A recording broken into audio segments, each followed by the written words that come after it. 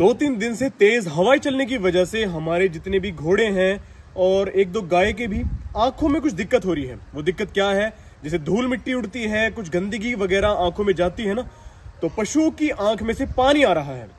अभी कल ही हमने 2 अपनी घोड़ियों की आंख में कुल्ला करके दवाई डाली है और आज बारी है नील की। नील की आंख में भी धूल चली जाने की वजह से आंख से पानी आ रहा है और उसी वजह से इसे थोड़ी तकलीफ भी हो रही होगी बिल्कुल। तो आज क्या करते हैं, नील की आंखों में भी दवाई डालते हैं। इसे हमने लालच से बुला रखा है। बस बस बस बस इसे मैं अपने पास बुलाता हूँ। अब इसे दवाई को डालने का तरीका क्या है?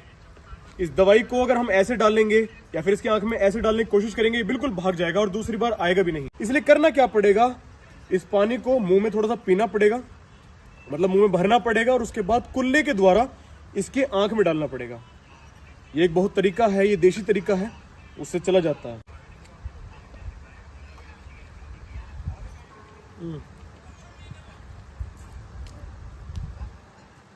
गया गया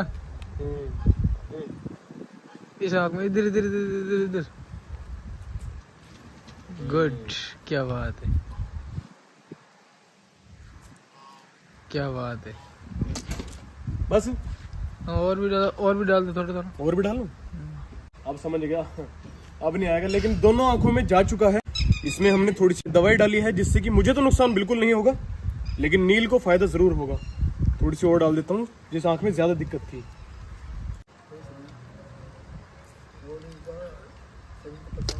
ठीक है, चलो हमने नील का एक घरेलू उपचार से इलाज इसका कर दिया है। अब इसकी आंख बहुत जल्दी ठीक हो जाएगी। देखिए थोड़ी थोड़ी मिर्च भी लग रही होंगी इसको, लेकिन फायदा कर देंगी। दोस्तों नील को तो हमने दवाई डाल दी है उसकी आंख में। अब बारी है अप्सरा की। अप्सरा को कल भी हमने दवाई डाली थी, लेकिन आज भी थोड़ी थोड़ी शिकायत लग रही है, तो एक बार और भी डाल देते हैं। कुछ घिस तो रही नहीं है ना? अरे ऐसे क्यों डाल रहे हैं मुंह से?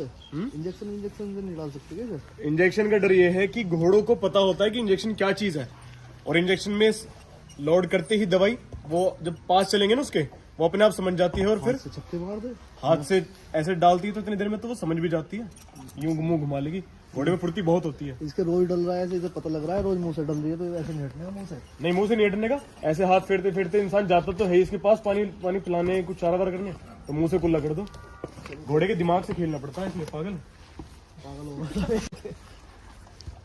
देख, आंखों में पानी है ना थोड़ा थोड़ा। इसे दवाई को दोबारा से मुंह में भरता हूँ। शायद ये समझ भी रही होगी प्रकाश। अभी इनको पकड़ो, इनको घोड़ी पकड़ो, आगे से तुम जाओ।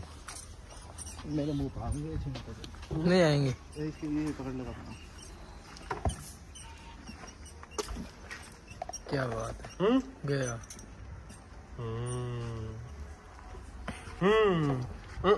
पानी यार ज्यादा है।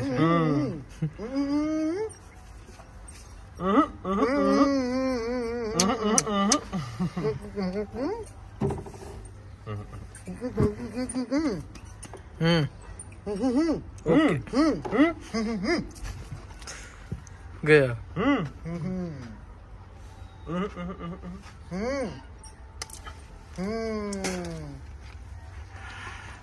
चला गया ना? इस बार तो मुझे भी कड़वा कड़वा लग रहा है। तेरा गैस चूसना पड़ेगा क्या? मेरी आंखों में भी डाल दो। तो दोनों अप्सरा और नील का इलाज हमने कर दिया है। और अब ये क्या मांग रही है? पानी। इसे प्यास लग रही होगी, लेकिन अब ये है कि इसकी आंखें बहुत जल्दी सही हो जाएंगी। दोस्तों थोड़ी थोड़ी शिकायत हमें रफ्तार की आंख में भी लग रही है।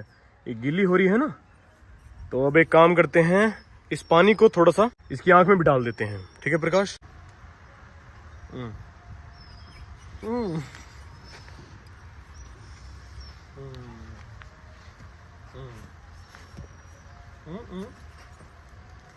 मुंह पकड़ो, एक हाथ ऊपर रख दो इसके। हाँ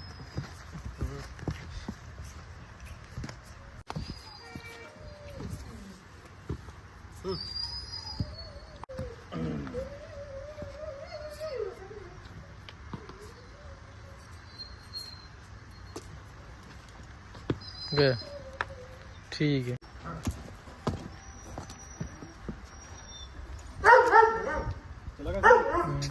हमें बहुत समय से इंतजार था नगौर के मेले का। नगौर मेला भरता है शायद राजस्थान साइड, और उस मेले में ज्यादातर आते हैं बैल।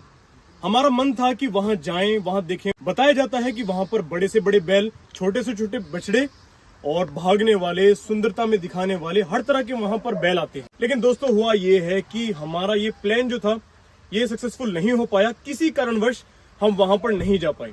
बहुत मन था नागौर जाने का, लेकिन हम नहीं जा पाए हैं। तो आज हम क्या करने वाले हैं, हमारे गांव के पास में रछोती गांव पड़ता है और रछोती गांव में पापा जी के मित्र के पास 2 बछड़े आए हैं और वो लेकर आए हैं उन्हें नागौर से। तो आज हम उन्हें ही देखने जा रहे हैं वो कैसे हैं, क्या वो हमारे लायक हैं या नहीं है। दोस्तों हमें कुछ चीज पसंद आने की देर होती है और फिर वो हमारे फार्म पर आ जाती है।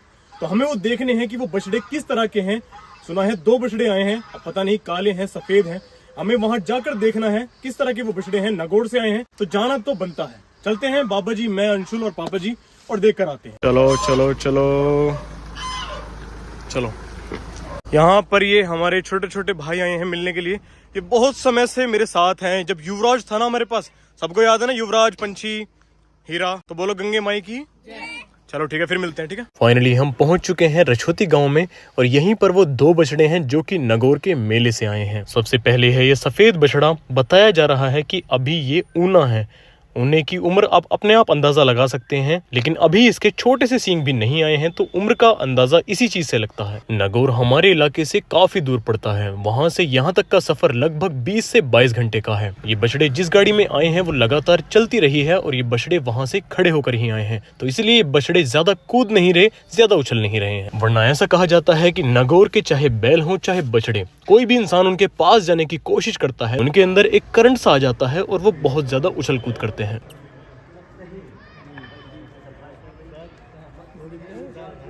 बताया ऐसा गया था कि ये दोनों के दोनों बछड़े एक ही माँ के हैं, यानी कि ये दोनों जुड़वा हैं। वैसे देखने के बाद इनकी शक्ल, इनकी आंख, इनका बदन एक ही जैसा लगता है, तो इसी वजह से यकीन भी कर सकते हैं। लेकिन मेरे ख्याल से ये बछड़े तैयार नहीं है। इन्हें तैयार करने के लिए अभी थोड़ी सी मेहनत करनी पड़ेगी, यानी कि ये फिरक में, बुग्गी में, तांगे में अभी लगे हुए नहीं है। अजी बताना कहाँ के हैं वो। एक बोरी चीनी रोज लग जाए तो चीनी के बोरी लानी पड़ेगी।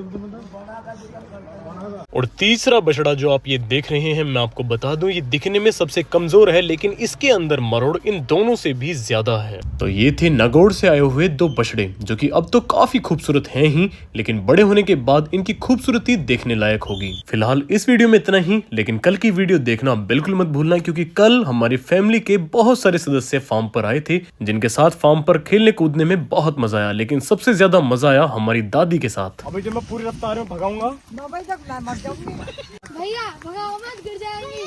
कस के बैठो ना, जांग भींच के।